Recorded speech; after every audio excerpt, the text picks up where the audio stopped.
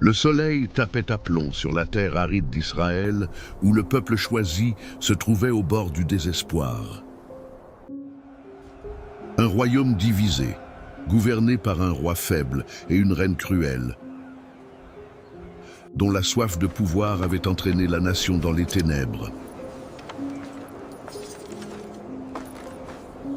Jézabel, la reine idolâtre, érigeait des autels à Baal, sacrifiant des vies et corrompant les cœurs. Que Baal soit loué le nez. La voix des prophètes avait été réduite au silence, et le peuple pris au piège du mensonge s'était éloigné du vrai Dieu. Mais au milieu de ces ténèbres, une figure se leva. Un homme nommé Élie, dont l'ombre s'étendit sur toute la terre. Avec un feu dans les yeux et un cœur plein de ferveur, il défia le roi. Il défia les prêtres de Baal, et il défia le ciel lui-même. L'Éternel,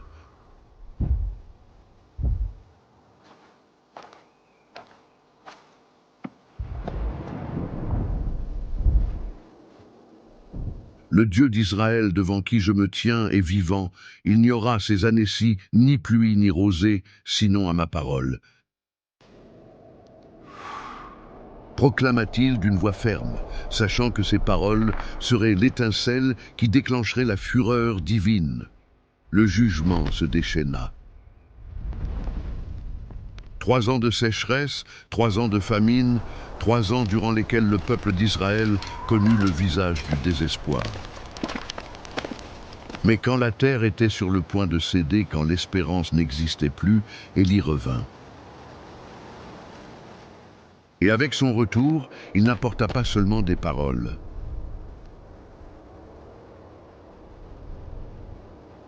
Il apporta le feu, il apporta la justice, et il apporta une bataille qui changerait le destin de toute une nation. L'homme qui fit descendre le feu du ciel ne défia pas seulement les rois de la terre, mais aussi les dieux mêmes que le peuple avait adorés dans son ignorance. Voici l'histoire d'un prophète qui n'a pas craint de marcher seul, qui n'a pas hésité à affronter les ténèbres. Élie, l'homme qui par sa foi fit trembler les cieux et brûla le mensonge par la vérité de Dieu. Ce contenu est gratuit, mais l'impact qu'il peut avoir est immense. Si cette histoire a touché ton cœur, rends-le par un geste simple.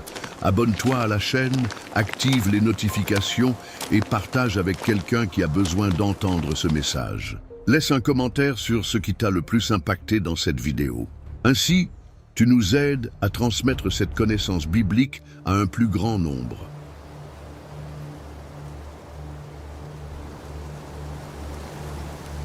Il sort de l'ombre pour se tenir devant un roi. Élie le Tishbite, l'un des habitants de Galaad, n'apporte ni escorte ni épée, seulement une parole confiée par l'Éternel. Face à Achab, il déclare sans détour: L'Éternel, le Dieu d'Israël devant qui je me tiens, est vivant. Il n'y aura ces années-ci ni rosée ni pluie, sinon à ma parole. Aucun tonnerre ne confirme, aucune foule n'applaudit. Mais la phrase tombe nette sur une nation inclinée vers les idoles. La limite est posée. Les cieux vont se fermer. Aussitôt, la parole de l'Éternel vient à Élie.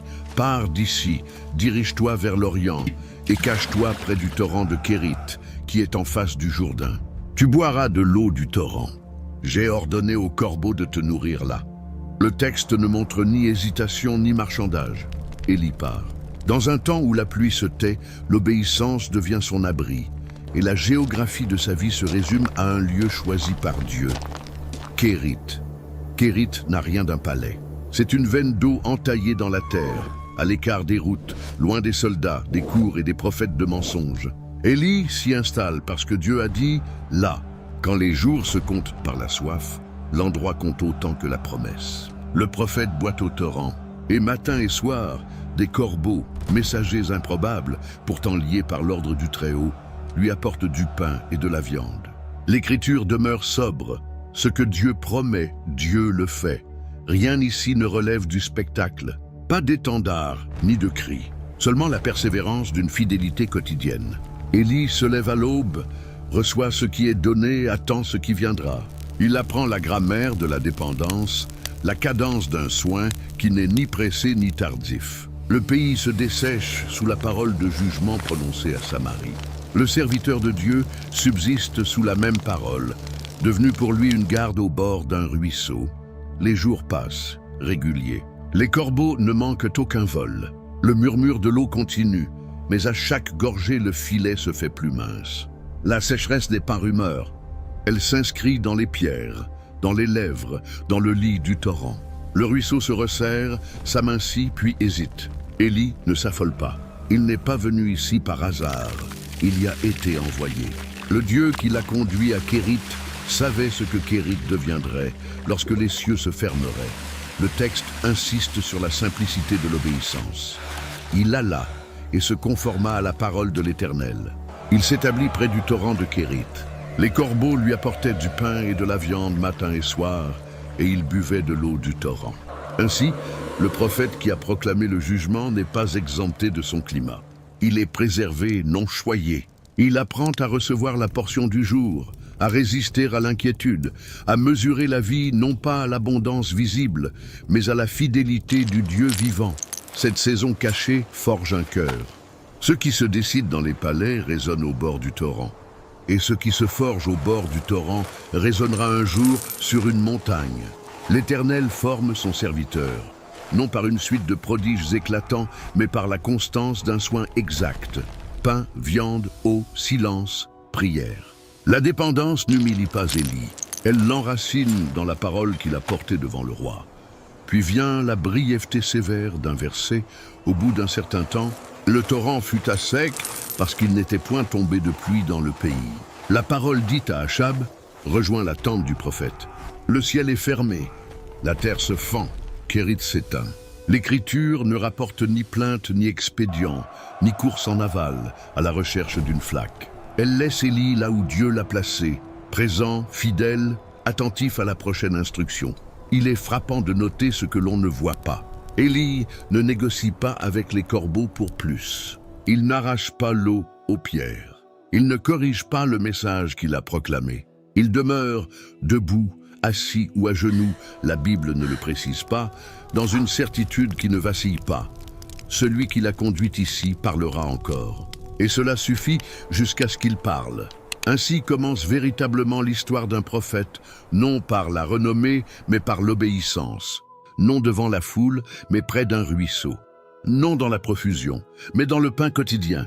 Non par un triomphe éclatant, mais par l'affinement patient de la confiance. Le même Seigneur qui ferme les cieux garde son serviteur vivant au bord d'un filet d'eau. Jugement et miséricorde cheminent côte à côte, comme soleil et ombre, sous un même arbre. Quand l'eau disparaît, le prophète demeure. Non abandonné, mais dans l'attente. Le chapitre se referme sur un lit de rivière sec et sur une promesse intacte. Une autre parole viendra, un autre chemin s'ouvrira.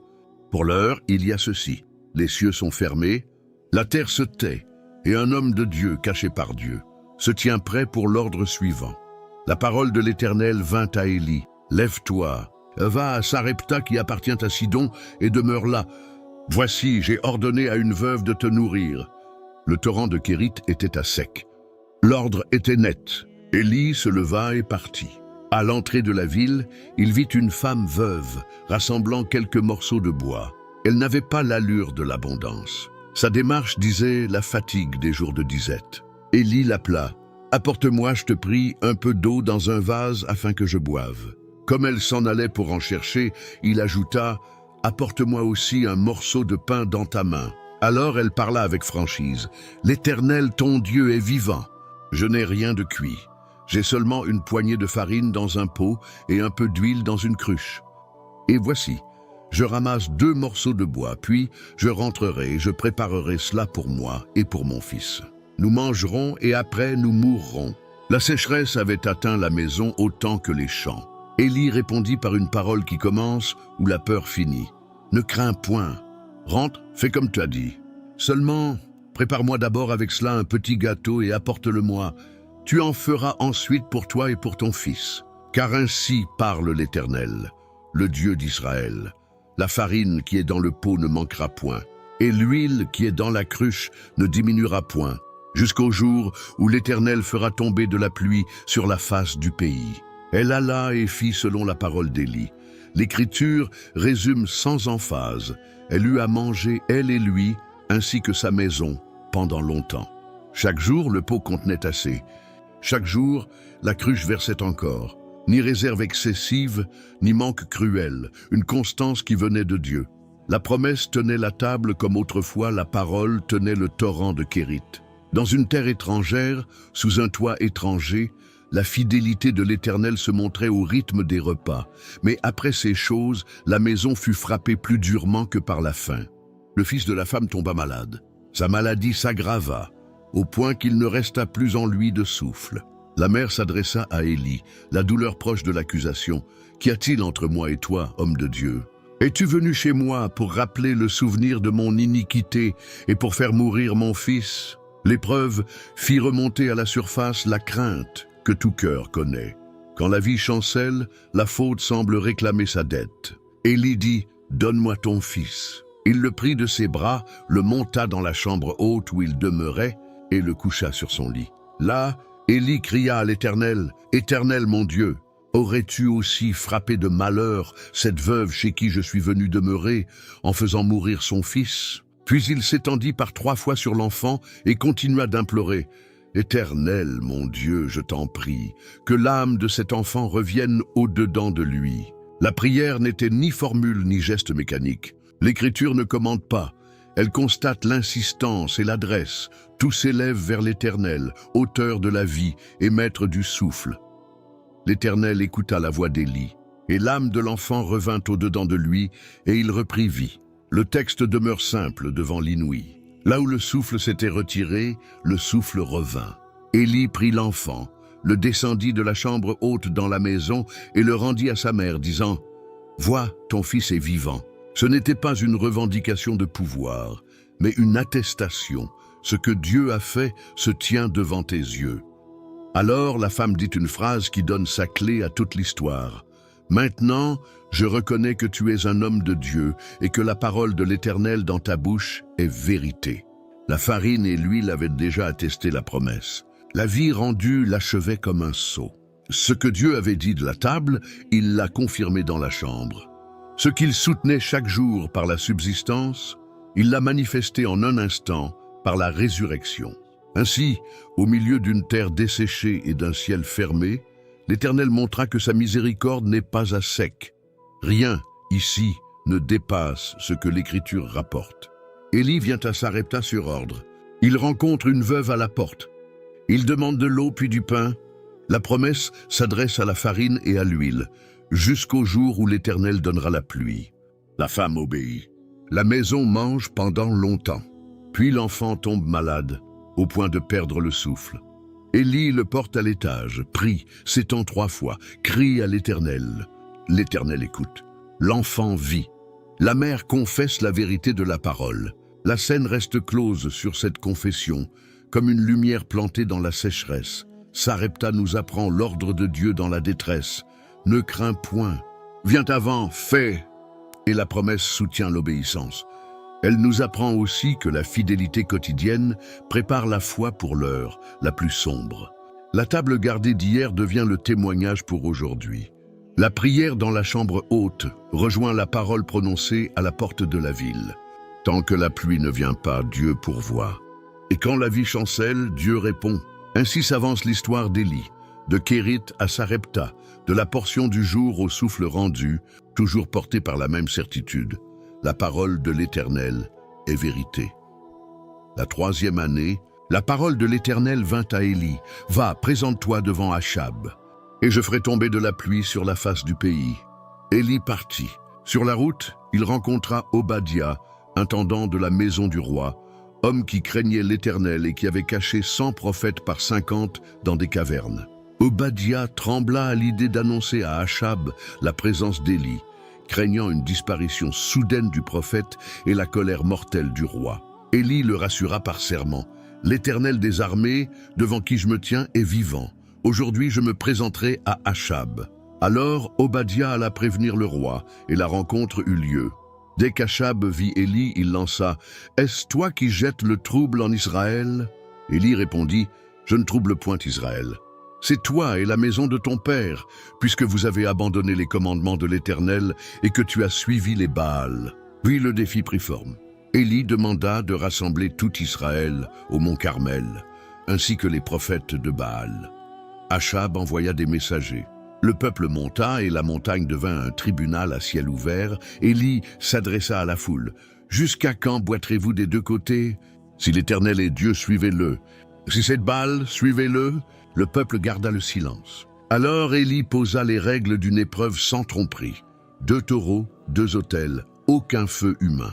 Vous invoquerez le nom de votre Dieu, et moi j'invoquerai le nom de l'Éternel. Le Dieu qui répondra par le feu, c'est celui-là qui est Dieu. Tous dirent, c'est bien. Les prophètes de Baal prirent leurs taureaux, préparèrent l'autel, et dès le matin ils crièrent, Baal, réponds-nous. Ils dansèrent, tournoyèrent autour de l'autel qu'ils avaient dressé. Mais il n'y eut ni voix ni réponse. À midi, Élie parla pour dévoiler la vanité, crier à haute voix, car il est Dieu. Peut-être qu'il pense, ou qu'il est occupé, ou qu'il est en voyage. Peut-être qu'il dort et il se réveillera. Alors ils crièrent plus fort, se firent des incisions selon leur coutume, jusqu'à ce que le sang coule. L'après-midi s'étira. Ils prophétisèrent jusqu'au moment de l'offrande du soir.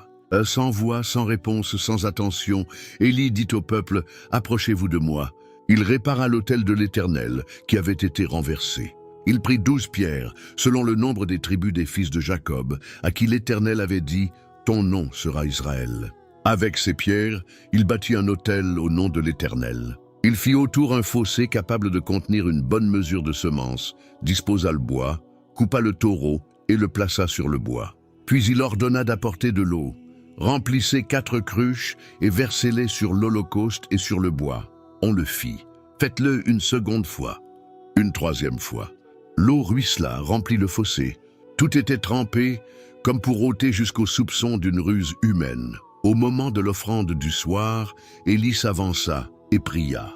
Pas de gesticulation, pas de cri, seulement une supplication droite. Éternel, Dieu d'Abraham, d'Isaac et d'Israël, que l'on sache aujourd'hui que tu es Dieu en Israël, que je suis ton serviteur et que j'ai fait toutes ces choses par ta parole. Réponds-moi, Éternel, réponds-moi, afin que ce peuple reconnaisse que c'est toi, Éternel, qui es Dieu, et que tu ramènes leur cœur. Alors le feu de l'Éternel tomba, il consuma l'holocauste, le bois, les pierres et la poussière, et il lécha l'eau qui était dans le fossé. La matière elle-même recula devant la présence du Dieu vivant.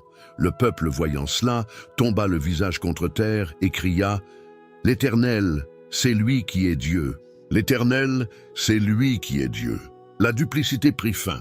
L'illusion s'évanouit à la lumière. Élie dit « Saisissez les prophètes de Baal, qu'aucun d'eux n'échappe. » On les saisit.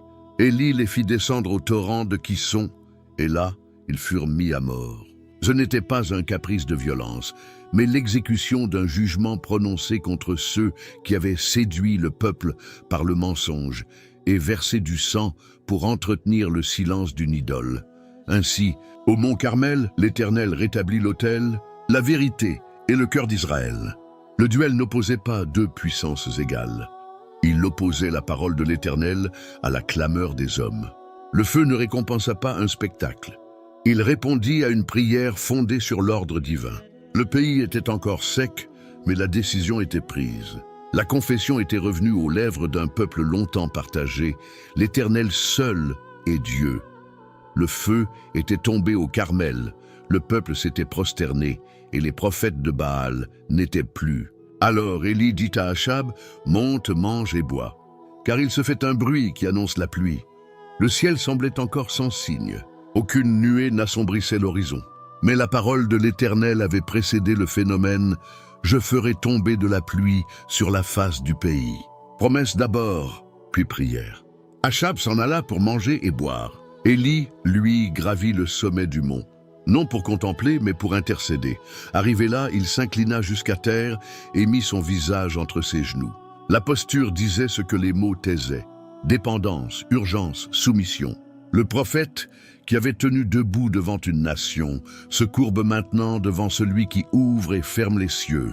Il dit à son serviteur, « Monte, je te prie, regarde du côté de la mer. » Le serviteur s'éloigna, scruta la ligne où la Méditerranée touche la terre, puis revint. Il n'y a rien. Élie ne bougea pas. Retourne. Il retourna, rien. Une troisième fois, rien. Puis une quatrième, une cinquième, une sixième, rien. Le silence du ciel n'était pas un refus, mais l'épreuve d'une persévérance enracinée dans la promesse. Ici, l'Écriture nous apprend à prier selon la parole déjà donnée. Élie ne force pas l'heure. Il ne modifie pas le message prononcé au roi. Il s'aligne sur ce que Dieu a dit.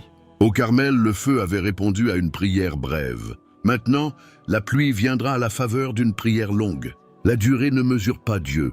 Elle façonne la fidélité du suppliant. Le prophète demeure courbé, tandis que l'ordre se répète. Retourne. 6 retours, 6 rapports vides, une attente qui ne cède pas. La 7e fois, le serviteur revint avec une autre parole. Voici, une petite nuée s'élève de la mer, et elle a comme la paume de la main d'un homme. Ce n'était pas un tapis d'orage, c'était un signe. Petit aux yeux qui exige la preuve, suffisant pour la foi qui se souvient de ce que Dieu a dit. Alors Élie se leva. Monte dire à Achab, attelle et descends afin que la pluie ne t'arrête pas. La parole précède encore l'averse. La foi agit selon le commencement d'un accomplissement. Le ciel commença à se rassembler. Des filaments devinrent des bandes un voile. Le souffle du vent se leva, la lumière se fit plus lourde. En peu d'instants, le ciel s'obscurcit par les nuages. Il y eut du vent et une grande pluie tomba. La terre, qui s'était fendue sous le jugement, s'ouvrit pour recevoir la restauration. Le silence sec laissa place au fracas de l'eau. Les sillons se remplirent. Le pays bute. Ce n'était pas une bruine hésitante, c'était une pluie abondante, comme pour dire que la miséricorde de l'Éternel n'arrive pas chichement quand il visite de nouveau son peuple. Achab monta sur son char pour aller à Jizréel. La route descend des pentes du Carmel vers la plaine. Les roues y courent vite sur le sol dur. Mais l'Écriture ajoute un trait qui n'appartient à aucune force humaine. La main de l'Éternel fut sur Élie. Il ceignit ses reins et courut devant Achab jusqu'à l'entrée de Jizréel. Ce n'était pas parade, c'était signe. La parole de Dieu va devant les chars des rois. Le prophète, porté non par sa vigueur mais par l'assistance de Dieu, traverse l'averse comme témoin d'un temps nouveau. Rien ici ne dépasse ce qui est écrit. Élie annonce la pluie avant qu'un nuage paraisse. Il monte prier, visage entre les genoux. Il envoie son serviteur regarder vers la mer 7 fois. À la 7e, une petite nuée, comme la paume de la main d'un homme. Il s'élève. Élie avertit le roi d'atteler avant que la pluie ne l'arrête. Les cieux s'obscurcissent, le vent se lève, une grande pluie tombe. Achab se rend à Jizréel. La main de l'Éternel est sur Élie, qui court devant le char jusqu'à l'entrée de Jizréel. Le récit reste sobre, la théologie claire. Le Dieu qui a répondu par le feu répond par la pluie, purification puis restauration. Ce chapitre tient ensemble promesse, prière et accomplissement. La promesse donne le cap, la prière s'y attache. L'accomplissement arrive au moment de Dieu. Élie ne traite pas la promesse comme un prétexte pour l'inaction, mais comme le moteur d'une intercession tenace. Lorsque l'autel est rétabli, le ciel peut s'ouvrir. Lorsque le cœur du peuple revient, la pluie trouve sa route. Le feu a mis fin aux mensonges. La pluie réapprend à la terre la bénédiction. Et dans l'intervalle, entre feu et eau, un serviteur demeure courbé, certain que le Seigneur qui a parlé accomplira ce qu'il a dit. Achab rentra à Jizréel et rapporta à Jézabel tout ce qu'Élie avait fait, et comment il avait fait périr au torrent de Kison tous les prophètes de Baal. La reine ne plia pas. Elle envoya un messager à Élie avec un serment de vengeance. Que les dieux me traitent dans toute leur rigueur, si demain, à 7 heures, je ne fais de ta vie ce que tu as fait de la leur. La menace pesa comme un couperet. Élie eut peur. Il se leva et s'enfuit pour sauver sa vie. Il arriva à Beersheba, qui appartient à Juda. Là, il laissa son serviteur, puis il s'enfonça seul dans le désert, une journée de marche. Le soleil taillait des pierres, le sable avalait les traces, et la fatigue devint prière. Il s'assit sous un genêt, maigre abri, maigre ombre, et demanda la mort. C'est assez. Maintenant, Éternel, prends mon âme, car je ne suis pas meilleur que mes pères. Il se coucha et s'endormit. L'Écriture n'ajoute aucun reproche. Elle décrit un homme à bout de force. Soudain, un toucher. Un ange le toucha et dit « Lève-toi, mange ». Élie ouvrit les yeux. Près de sa tête, un gâteau cuit sur des pierres chauffées et une cruche d'eau. Il mangea, but, puis se recoucha. Une seconde fois, l'ange de l'Éternel revint, le toucha et insista « Lève-toi, mange, car le chemin est trop long pour toi ». Il se leva, mangea, but, et avec la force que lui donna cette nourriture, il marcha 40 jours et 40 nuits jusqu'à Horeb, la montagne de Dieu. La distance n'est pas détaillée. La fidélité, elle, est claire. Là où l'homme s'épuise, Dieu nourrit. Là où la route excède la volonté, Dieu pourvoit. Arrivé à Horeb, Élie entra dans une caverne et y passa la nuit. Alors, la parole de l'Éternel vint à lui. « Que fais-tu ici, Élie » Le prophète ne cache ni sa douleur ni son zèle. J'ai déployé mon zèle pour l'Éternel, le Dieu des armées. Car les fils d'Israël ont abandonné ton alliance, renversé tes autels, tué tes prophètes par l'épée. Je suis resté, moi seul, et ils cherchent à m'ôter la vie. Sa géographie intérieure est faite de solitude et de menaces. Sa lecture des faits est droite, mais incomplète. Dieu lui dit « Sors et tiens-toi sur la montagne devant l'Éternel ». Un grand vent si fort qu'il fendait les montagnes et brisait les rochers passa. Mais l'Éternel n'était pas dans le vent. Après le vent, un tremblement de terre. L'Éternel n'était pas dans le tremblement de terre. Après le tremblement, un feu. L'Éternel n'était pas dans le feu. Après le feu, le murmure d'un fin silence. Un souffle léger, une voix basse qui ne force pas la pierre, mais pénètre le cœur. Quand Élie l'entendit, il s'enveloppa le visage de son manteau, sortit et se tint à l'entrée de la caverne. La même question revint. « Que fais-tu ici, Élie » Et le prophète répéta sa plainte, mot pour mot, comme si Dieu lui apprenait à déposer encore une fois ce poids devant lui. Alors vient l'envoi, net et constructif. « Va, retourne par ton chemin vers le désert de Damas. Quand tu seras arrivé, tu oindras Hazaël pour roi de Syrie. Tu oindras Jéhu, fils de Nimshi, pour roi d'Israël. Et tu oindras Élisée, fils de Shaphat, d'Abel-Méhola, pour prophète à ta place. » Le plan de Dieu embrasse des frontières et des trônes. Le zèle d'Élie n'est pas méprisé, il est redirigé. Le jugement s'y inscrit. Celui qui échappera à l'épée d'Hazaël, Jéhu le fera mourir. Et celui qui échappera à l'épée de Jéhu, Élisée le fera mourir.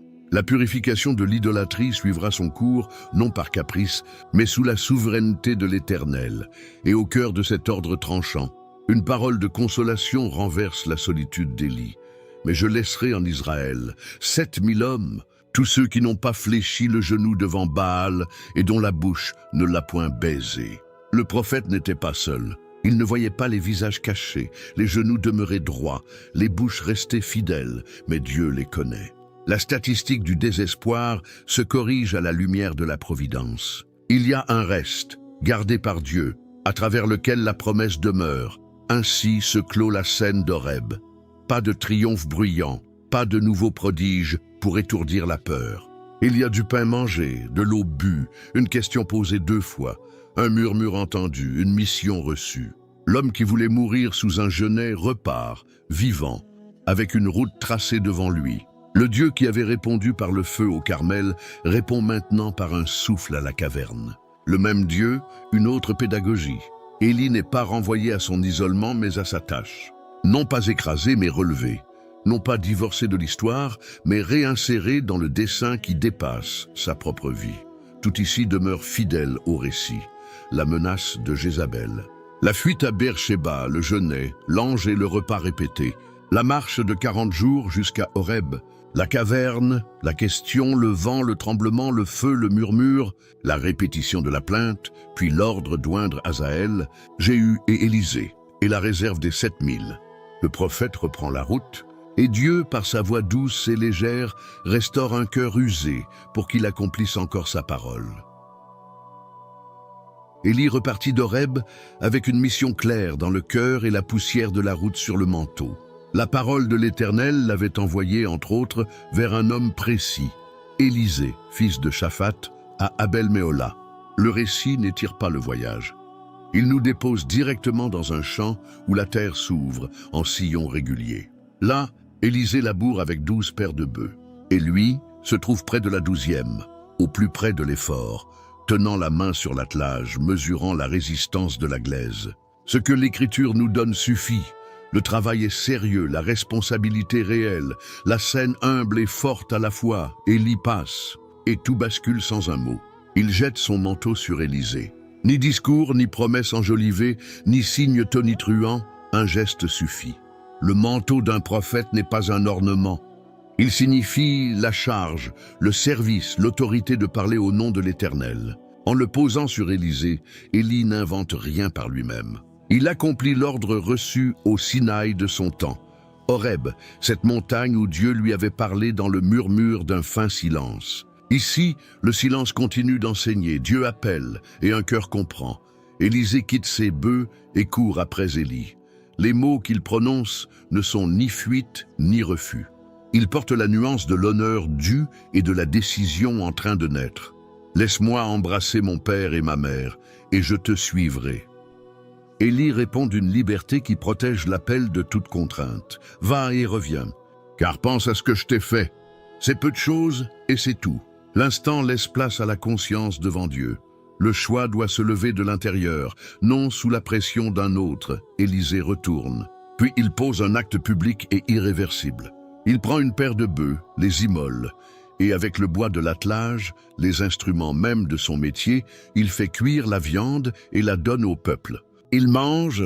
Le texte ne nous parle ni du nombre exact de convives, ni de la durée du repas, ni de l'émotion de ses parents. Il nous montre assez. Ce qui tirait le sillon devient offrande. Ce qui servait à tenir l'ancien travail devient combustible.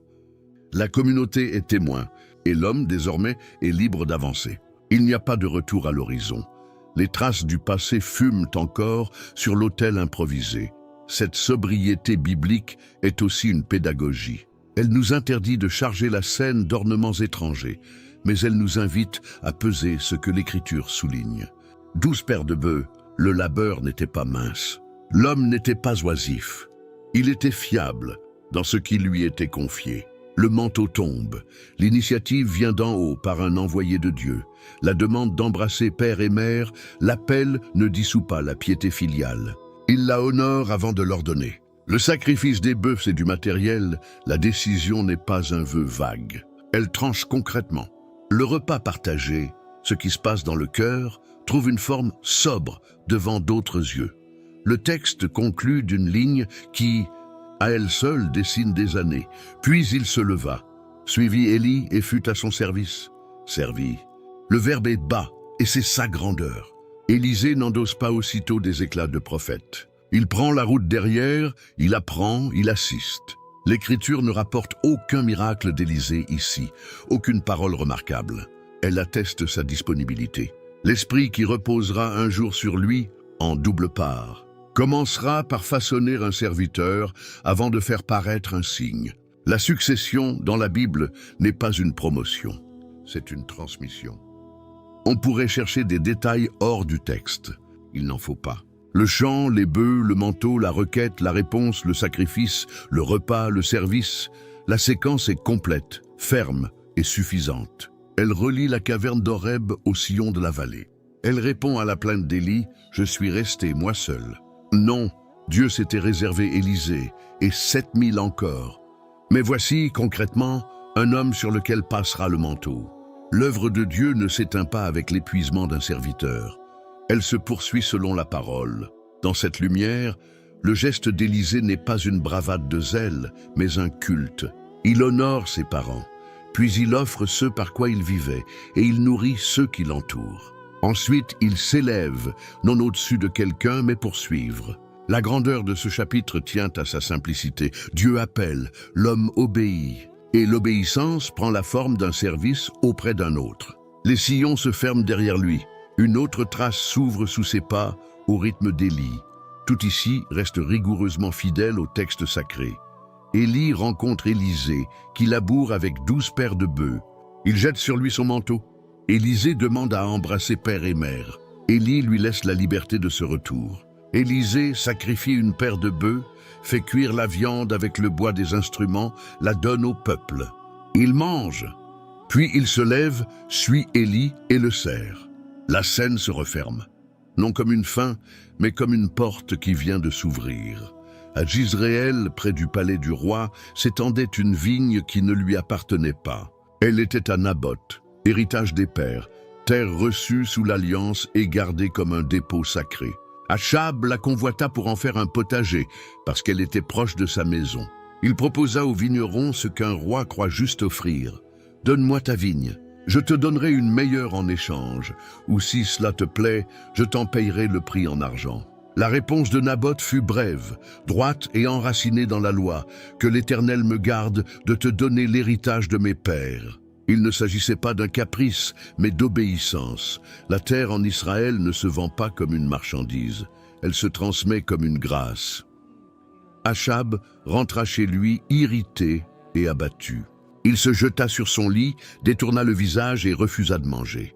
Jézabel entra, vit l'humeur du roi, et sa question devint décision. « Est-ce toi qui exerces maintenant la royauté sur Israël ?» Elle promit d'obtenir la vigne. Elle écrivit des lettres au nom d'Achab, les scella du sceau royal et les envoya aux anciens et aux notables de la ville de Naboth. Le plan, habillé d'une fausse piété, était précis. Proclamer un jeûne, placer Naboth à la tête du peuple. Faites asseoir en face de lui 2 hommes pervers qui témoigneront « Tu as maudit Dieu et le roi ». Puis menez-le dehors et lapidez-le. L'apparence de religion couvrait la violence du mensonge. Les anciens firent comme Jézabel leur avait écrit. Le jeûne fut proclamé. Naboth prit place en vue de tous. 2 hommes de rien se levèrent et l'accusèrent d'avoir maudit Dieu et le roi. La sentence tomba hors de la ville. Ils conduisirent Naboth et le lapidèrent, et il mourut. Bientôt Jézabel reçut la nouvelle, et son message à Achab fut net. « Lève-toi, prends possession de la vigne de Naboth. Il n'est plus vivant. » Le roi descendit au champ comme si le droit l'y attendait, et non le sang.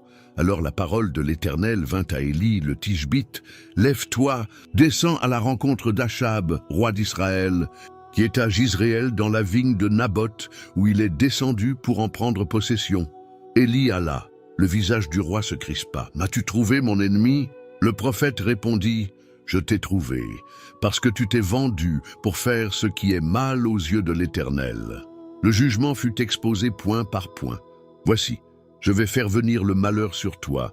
J'exterminerai quiconque appartient à Achab, esclave ou homme libre en Israël.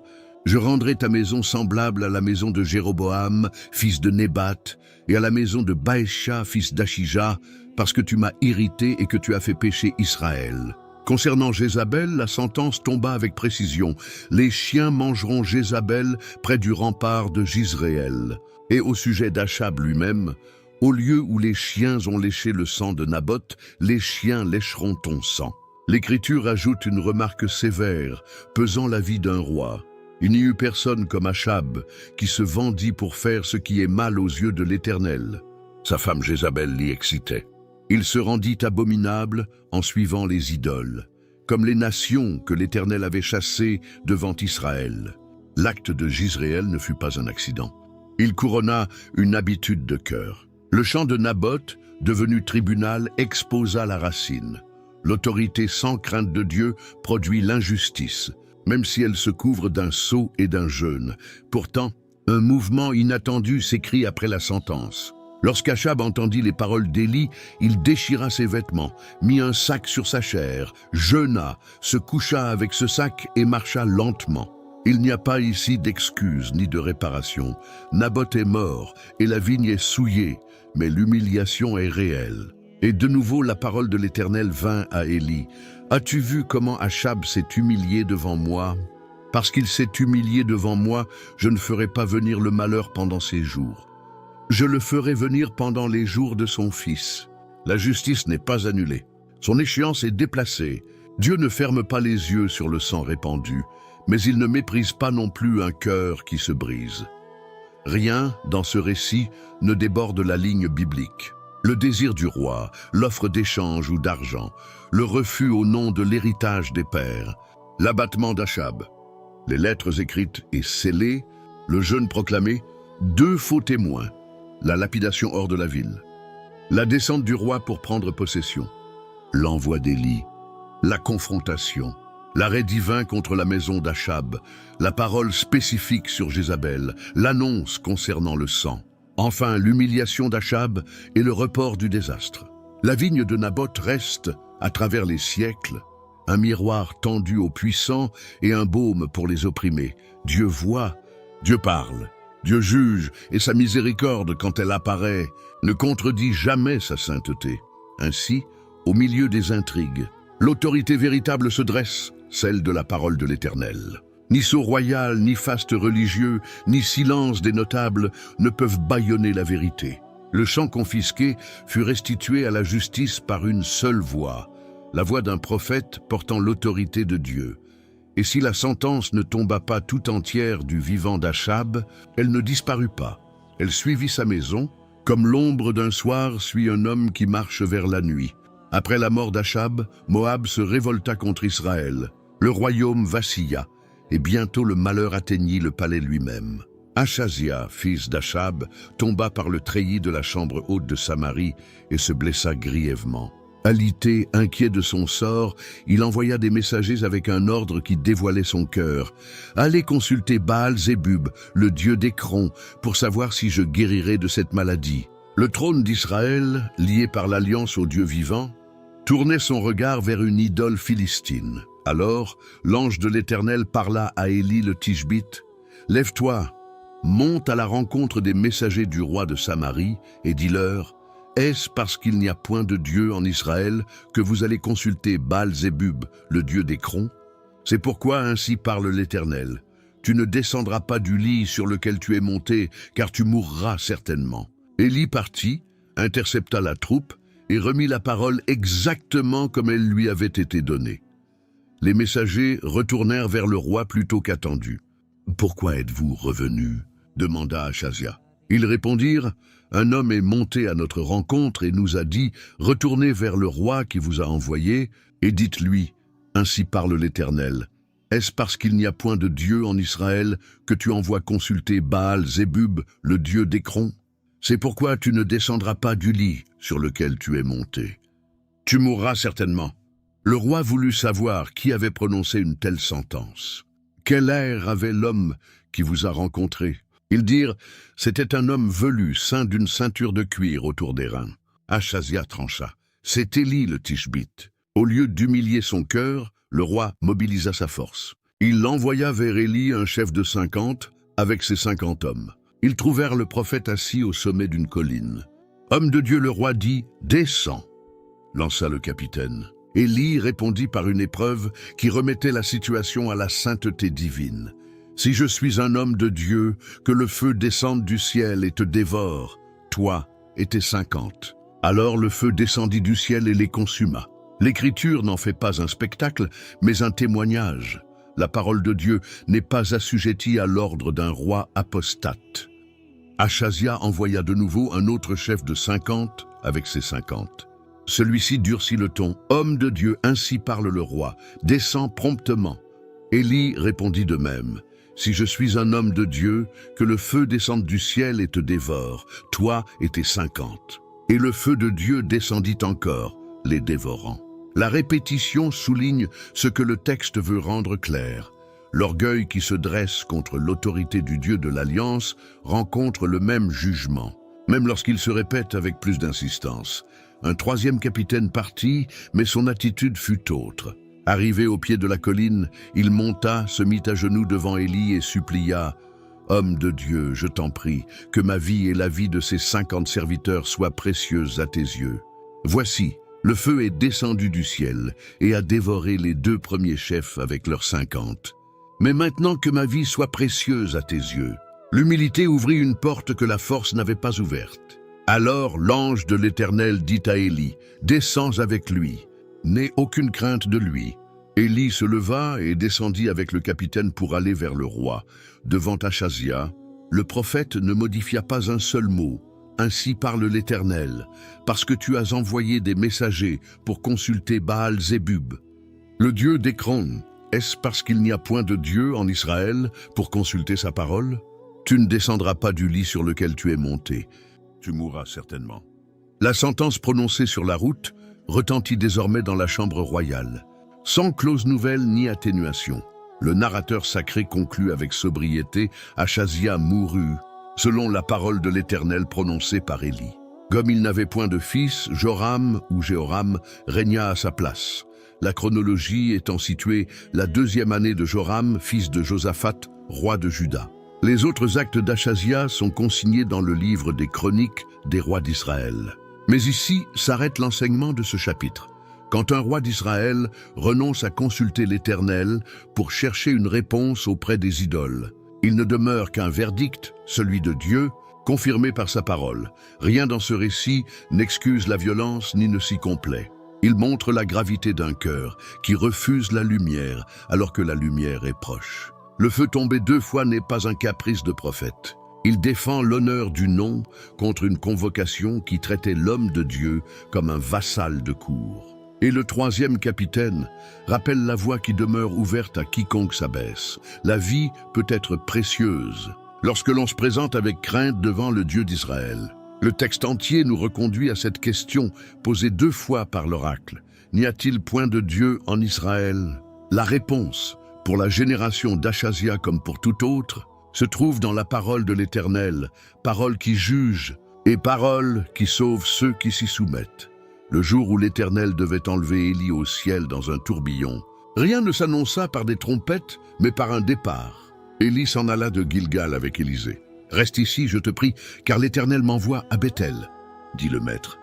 Élisée répondit avec le serment qui portera toute la scène. « L'Éternel est vivant, et ton âme est vivante, je ne te laisserai point. » Ils descendirent ensemble à Béthel, l'un menant, l'autre décidant de ne pas lâcher la main invisible de la vocation, à Béthel.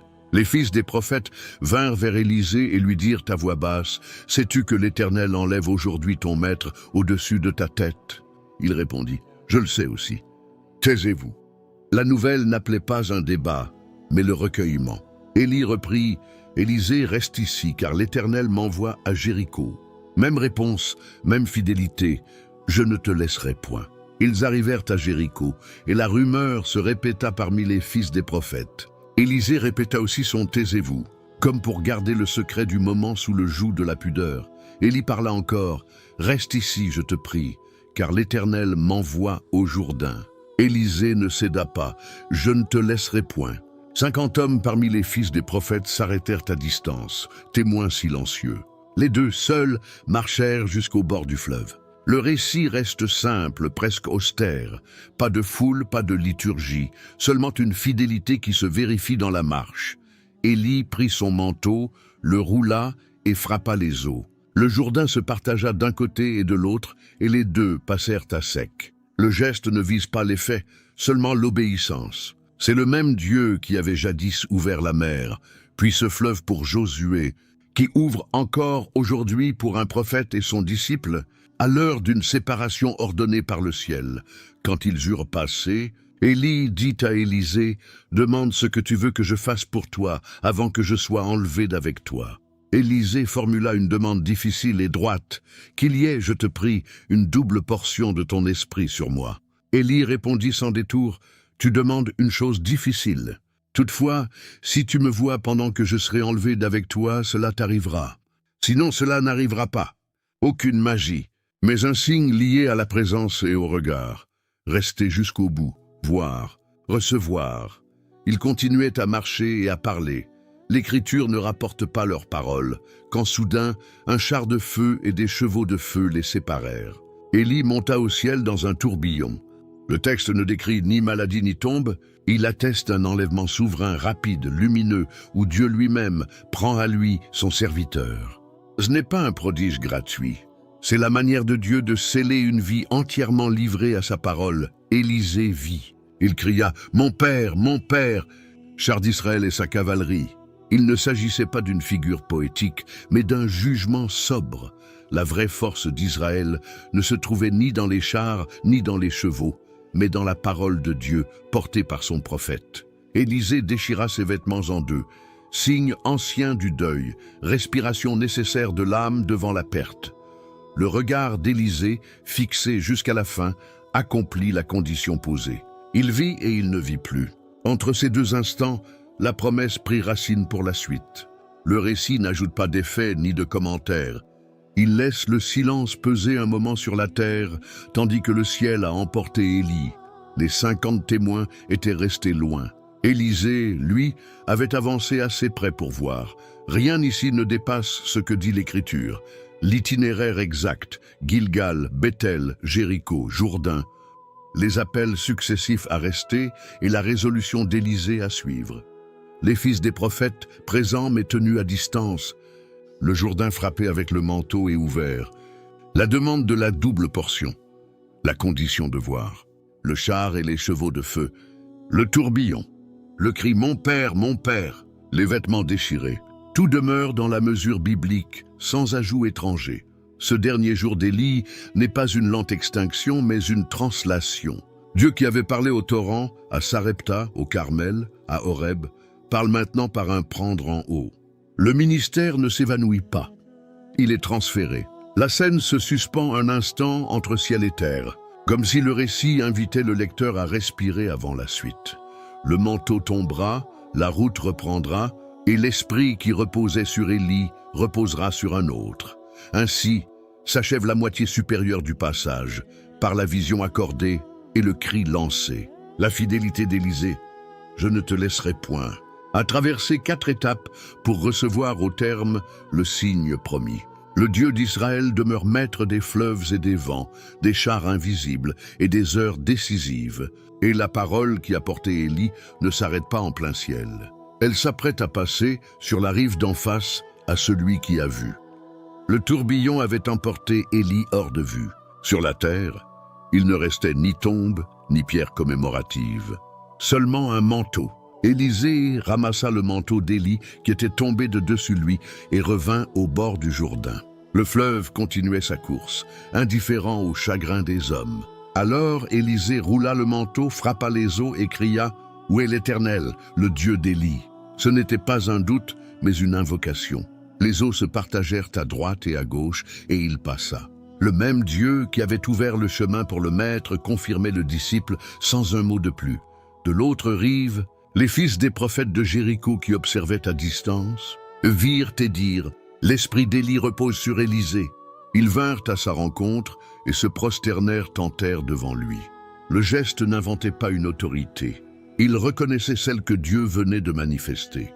Pourtant, leur cœur demeurait attaché à l'instant précédent. « Voici, il y a parmi tes serviteurs 50 hommes vaillants, qu'ils aillent chercher ton maître. Peut-être que l'Esprit de l'Éternel l'a enlevé, puis jeté sur quelques montagnes ou dans quelques vallées. » Élisée répondit avec simplicité, « N'envoyez pas. » Ils insistèrent encore, jusqu'à ce qu'il en eût honte, non par crainte, mais devant leur insistance têtue. « Envoyez !»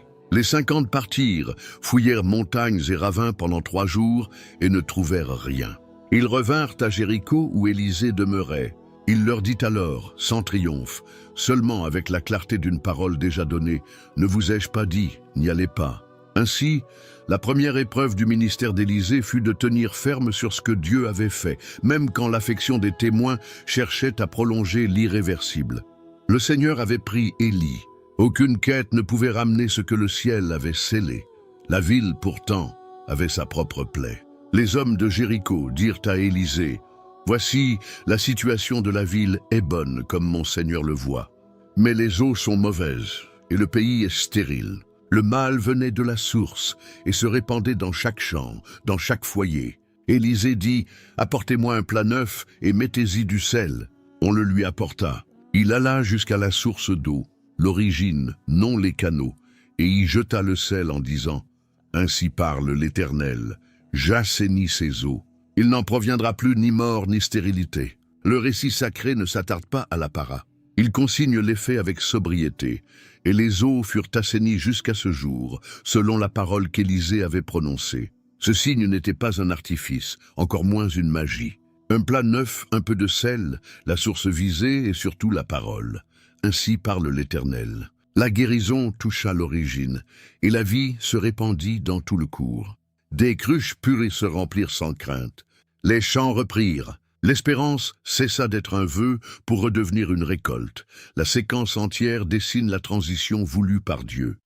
D'abord, la confirmation publique. Le Jourdain s'ouvre sous le manteau, comme il s'était ouvert pour Élie, non pour glorifier un vêtement, mais pour attester la main de l'Éternel. Ensuite, la reconnaissance communautaire. Les fils des prophètes se prosternent et malgré leur attachement au passé, finissent par accepter ce que Dieu a fait. Leur recherche de 3 jours, vaine, devient une leçon d'obéissance. Enfin, la restauration concrète. Le ministère nouveau ne commence pas par un sommet mais par une source. Il touche la vie quotidienne d'une ville altérée. Le Dieu des chars de feu guérit aussi les fontaines. Rien ici ne dépasse les lignes de l'Écriture. Élisée ramasse le manteau, frappe le fleuve, traverse. Les fils des prophètes disent « L'esprit d'Élie repose sur Élisée », se prosternent, demandent à chercher. Ils refusent puis cèdent à leur insistance. Ils cherchent 3 jours et ne trouvent pas. Ils rappellent son avertissement. Les hommes de Jéricho exposent l'état des eaux. Élisée demande un plat neuf avec du sel. Se rend à la source, y jette le sel et proclame l'oracle « J'assainis ces eaux ». Il n'en proviendra plus ni mort ni stérilité. Et le texte conclut que ces eaux furent assainies jusqu'à ce jour. La fidélité de Dieu se lit dans cette formule. Ce que sa parole guérit demeure guéri. Ainsi, l'héritage d'Élie n'est pas un souvenir, mais une œuvre en marche. Le manteau n'est pas une relique à vénérer, c'est un signe à porter. La communauté ne s'unit pas autour d'une absence, mais autour d'une présence, celle du Dieu vivant qui demeure avec son peuple. Et le premier chapitre du ministère d'Élisée se ferme sur une ville qui respire mieux qu'hier, parce qu'à sa source une parole est tombée comme du sel. Le Dieu d'Israël, qui avait pris son serviteur dans le vent, venait de rendre à une cité la douceur de l'eau et la promesse du fruit. Souvenir, reconnaissance, guérison, l'alliance poursuit sa route. Désormais entre les mains d'un prophète confirmé par le fleuve et par une fontaine rendue saine. L'histoire d'Élie se trace comme une ligne de fidélité à travers un pays desséché. Au bord de Kérit, la parole qui avait fermé les cieux soutient pourtant un serviteur, un ruisseau pour boire, des corbeaux pour nourrir, juste assez pour chaque jour. À Sarepta, la promesse franchit la frontière et fait vivre une table étrangère. La farine ne manque pas, l'huile ne diminue pas, et l'enfant de la veuve reçoit de nouveau le souffle, afin que l'on sache que la parole de l'Éternel dans ta bouche est vérité. Rien d'excessif, rien d'ajouté, seulement la constance de Dieu au milieu du manque. Au Carmel, l'alliance se remet debout, l'autel est réparé. L'eau ruisselle sur le bois trempé, et une prière brève demande que Dieu soit connu et que le cœur du peuple revienne. Le feu tombe, dévore l'holocauste, le bois, les pierres et la poussière. Israël s'incline, l'Éternel c'est lui qui est Dieu. Mais la journée ne s'achève pas au spectacle. Le prophète se courbe, visage entre les genoux, jusqu'à ce qu'une petite nuée, comme la paume d'une main, s'élève de la mer. Alors la grande pluie vient. Purification puis restauration, la même main de réponse. Sous le genêt, l'homme s'épuise. À Horeb, Dieu ne l'écrase pas. Le vent, le tremblement de terre et le feu passent. Puis le murmure d'un fin silence relève le serviteur et lui donne mission, oindre Azaël, oindre Jéhu, appelé Élisée. Le jugement suivra son cours. Et le reste existe, 7000 genoux qui n'ont pas fléchi devant Baal. Ainsi, la solitude que le zèle ressent n'est jamais la mesure que Dieu fait de son peuple. Dans un champ, un manteau tombe, des bœufs sont immolés, des outils deviennent bois pour le feu, et un repas scelle la décision. Élisée suit et sert. À Jizréel, la vigne de Naboth devient tribunal. La convoitise royale rencontre la parole du Dieu juste. La sentence est prononcée, et même l'humiliation tardive d'Achab est notée, non pour effacer, mais pour reporter l'heure. À Samarie, Achazia choisit d'interroger une idole. 2 compagnies tombent sous le feu, une 3e s'agenouille et vit. Le roi meurt selon la parole de l'Éternel. L'alliance ne se courbe pas devant le trône des hommes. Enfin, le dernier jour, Gilgal, Bethel, Jéricho, le Jourdain qui s'ouvre. La demande d'une double portion. Le char et les chevaux de feu, le tourbillon qui emporte Élie. Élisée déchire ses vêtements, ramasse le manteau, frappe le fleuve, traverse, puis guérit la source de Jéricho. Le ministère ne s'arrête pas en plein ciel. Il continue au bord d'une fontaine, là où une ville boit. Confirmation, reconnaissance, restauration, l'héritage est en marche. Tout au long, un fil unique relie les scènes, la parole de l'Éternel. Elle juge et relève, ferme et ouvre, brûle et console, exige et promet. Si cette histoire nous rejoint aujourd'hui, c'est pour apprendre à reconstruire l'autel intérieur, à renoncer aux idoles discrètes, à prier selon la promesse, à écouter le murmure, à servir quand personne ne voit, et à croire que Dieu sait encore faire tomber le feu et la pluie.